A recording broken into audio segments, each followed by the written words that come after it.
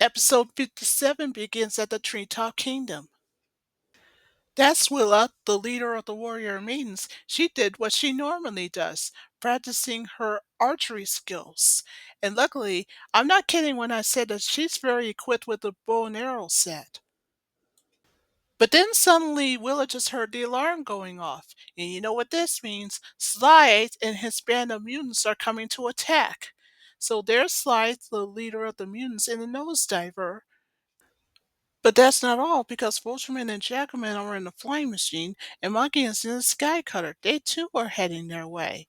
Back with Slides and the nosediver, he told the mutants to prepare for an attack, so that's what they did. In the flying machine, to coin a phrase from Jackalman to Voltman, he said that those warrior mutants won't know what hit them. He's not kidding.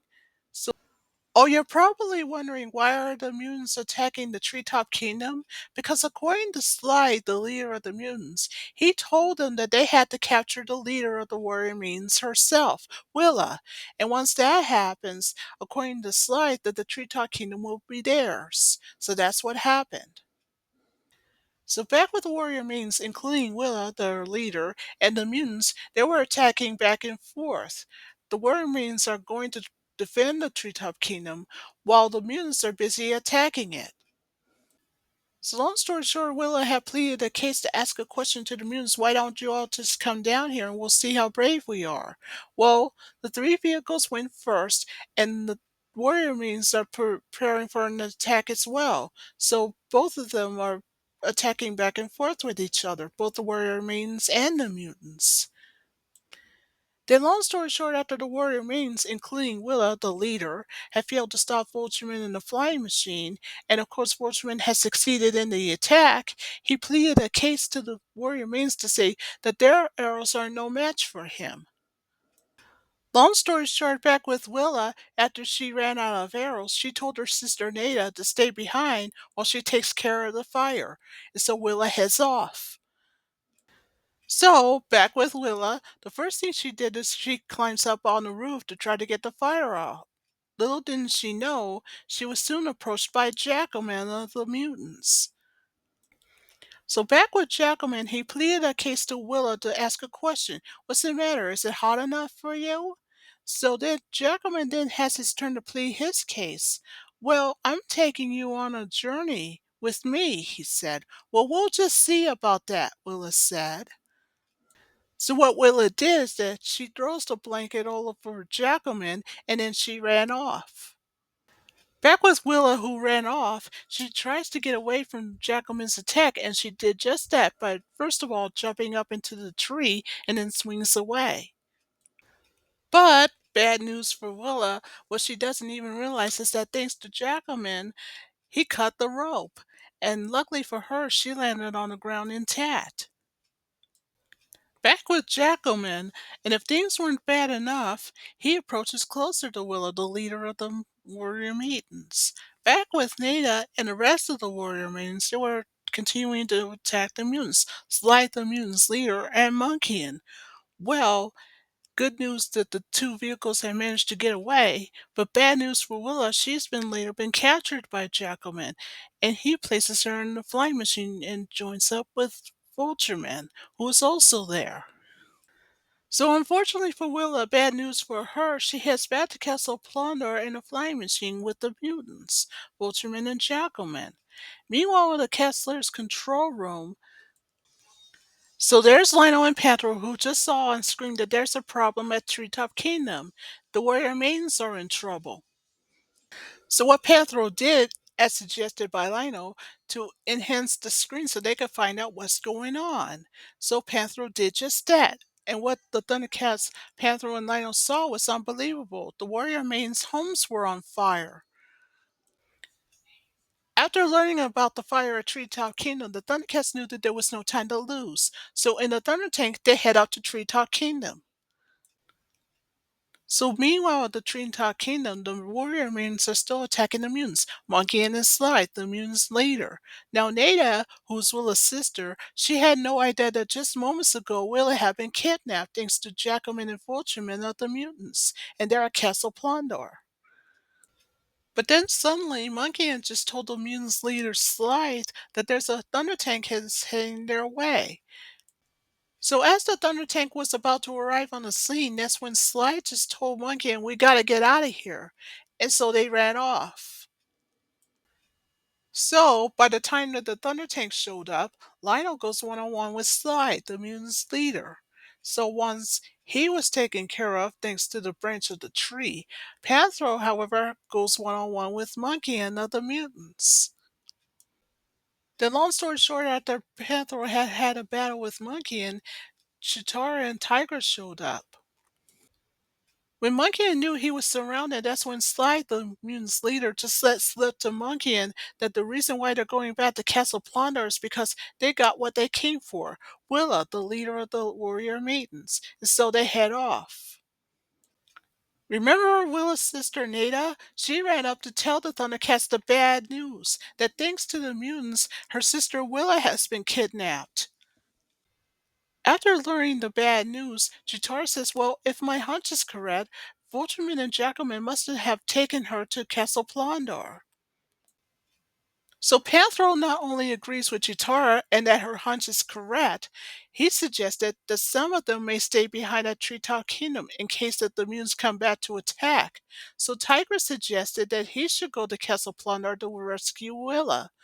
But he won't be going alone because he knows that Nadia, who's his sister, will be going with him. So while Panthro, Chitara, and Lionel stays behind, both Tygra and Nadia head off to Castle Plondor. So meanwhile there, by the time that Tygra and Nadia arrive, he just told her since this is her first time he ever made two people invisible, he thought, why not give it a try? So that's what he did with his bolo whip, of course. And so both Nadia and Tygra became invisible for the first time. So now that Tygra and Nadia are invisible, although it's Nadia's first time, but Tygra told her, don't worry, you'll get used to it. But now let's go get inside. So that's exactly what they did.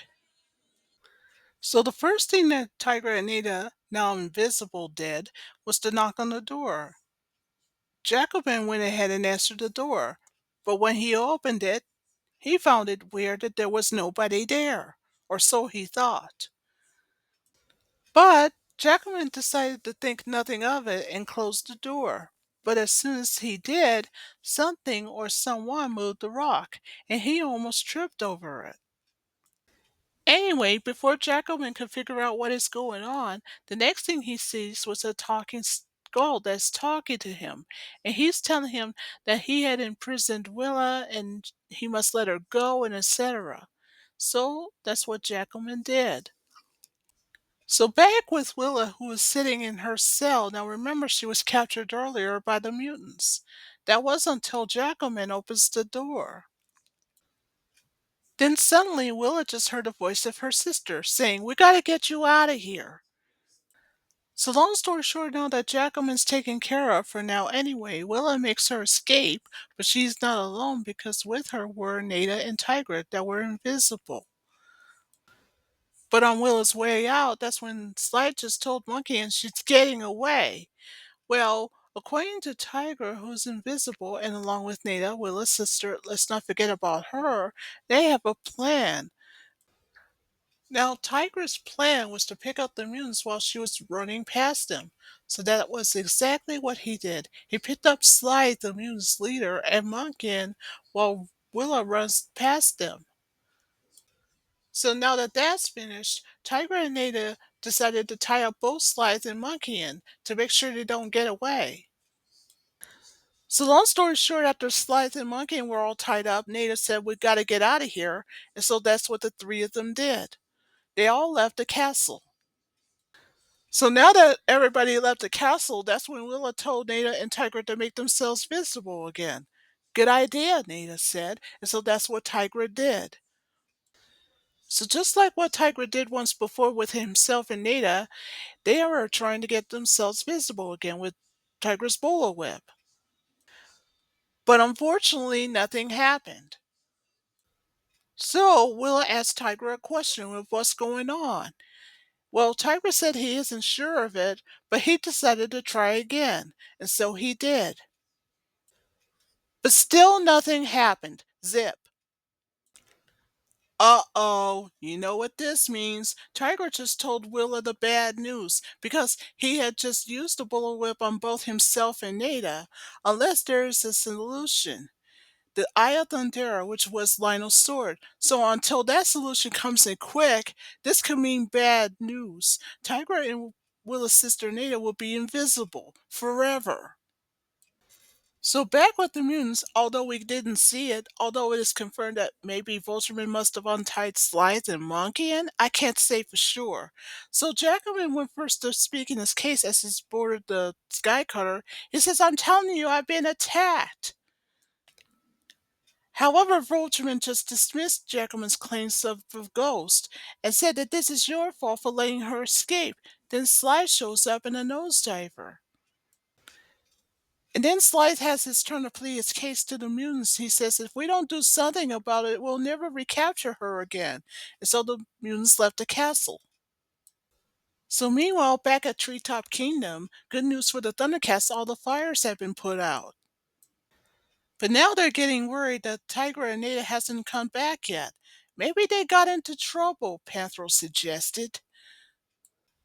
Panthro also suggested that it's a good idea for the Thundercats to look for them. So in the Thunder Tank, that's exactly what they did. So after the Thunder Tank stopped for a while, that's when Lionel suggested to Panthro and Chitara that they could cover more ground if they split up. So that's what they did.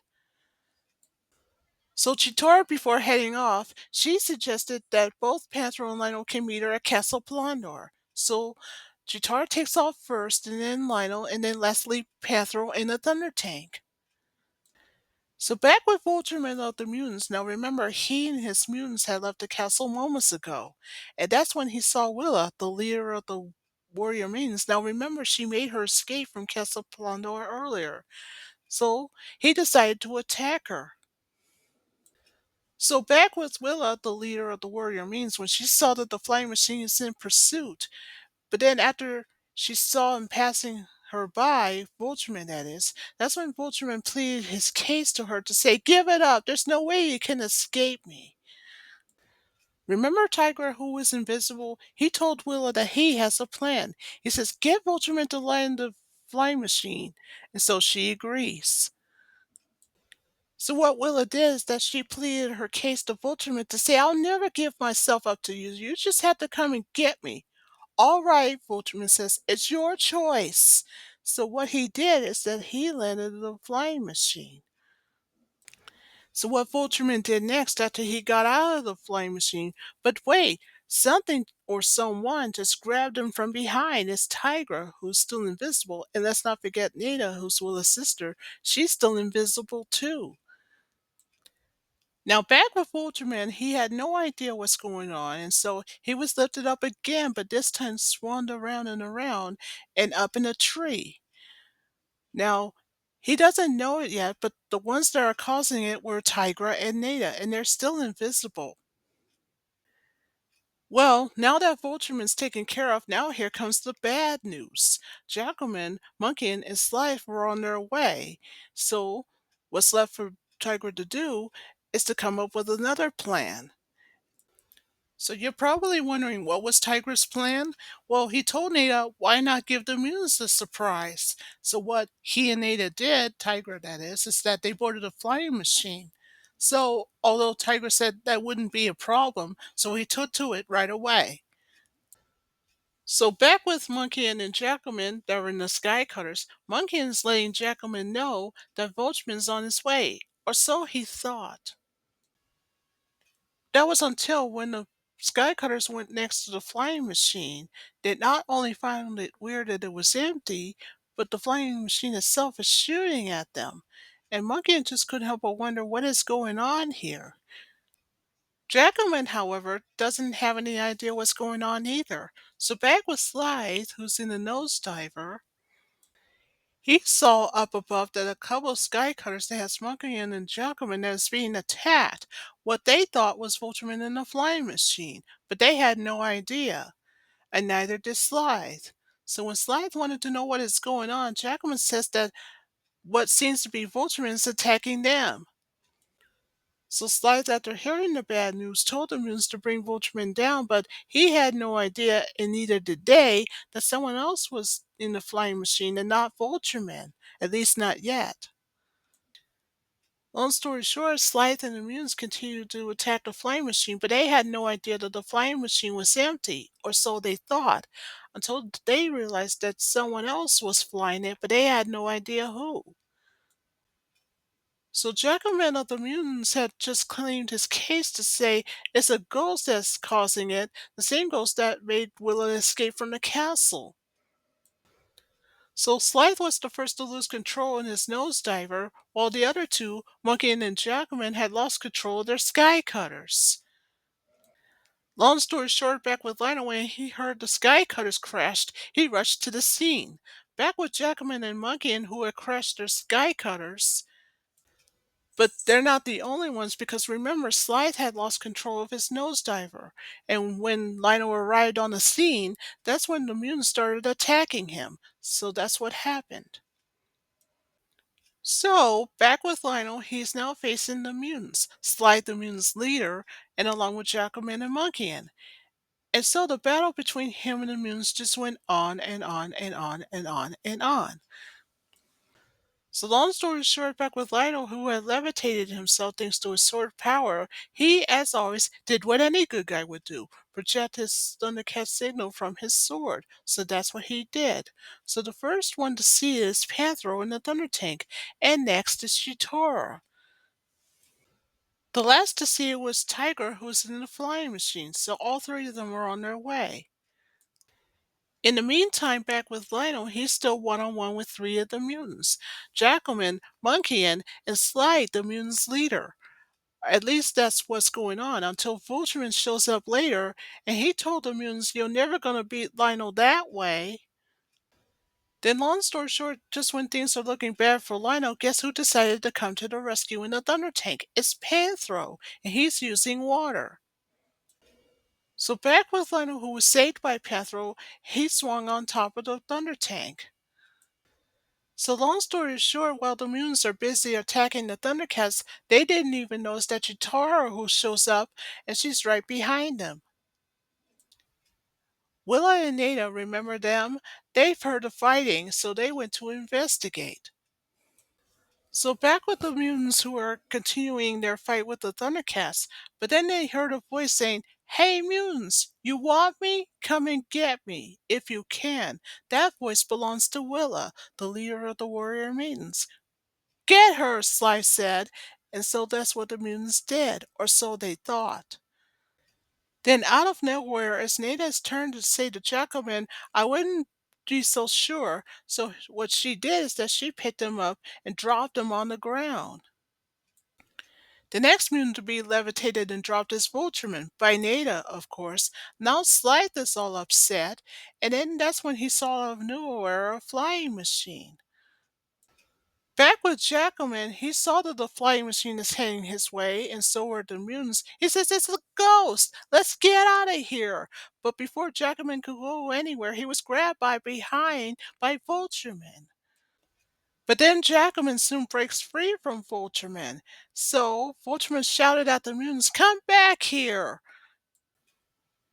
Then Vultureman discovered it wasn't a ghost at all, because the reason why his flying machine has been stolen moments ago is because of Tygra the Thundercats. But he's not alone. That's because he's not only invisible, and let's not forget Nada, she's invisible too. But unfortunately for Slythe, Jackalman, and Monkeyan, they decided to not listen to Vultureman anyway. So back with Voltman, speaking of which, he's now surrounded by the Thundercats, which are Chitara, Lionel, and Panthro. So Lionel tells him that he's surrounded and he doesn't have his mutant friends anymore, and etc. Before Voltman can head off, he tells the Thundercats, "You may win this time, but someday I'll get you, even without those friends of mine. You'll see." And so after that, he heads off. So meanwhile, back at Treetop Kingdom, I guess Tygra explained to Lionel what happened. I can't say for sure. So Tygra told Lionel to use his sword's power because it's the only way to get himself and Nadia back to their visible selves again.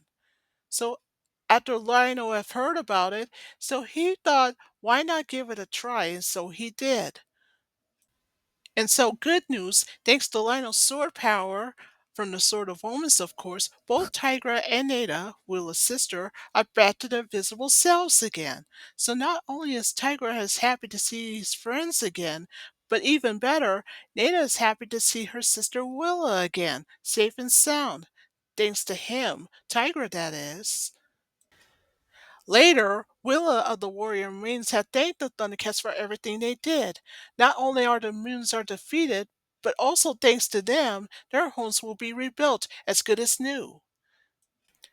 Plus, even better, Willa thanked Tiger for rescuing her back at Castle Plondar when he did, but he didn't do it alone because Data did it with him.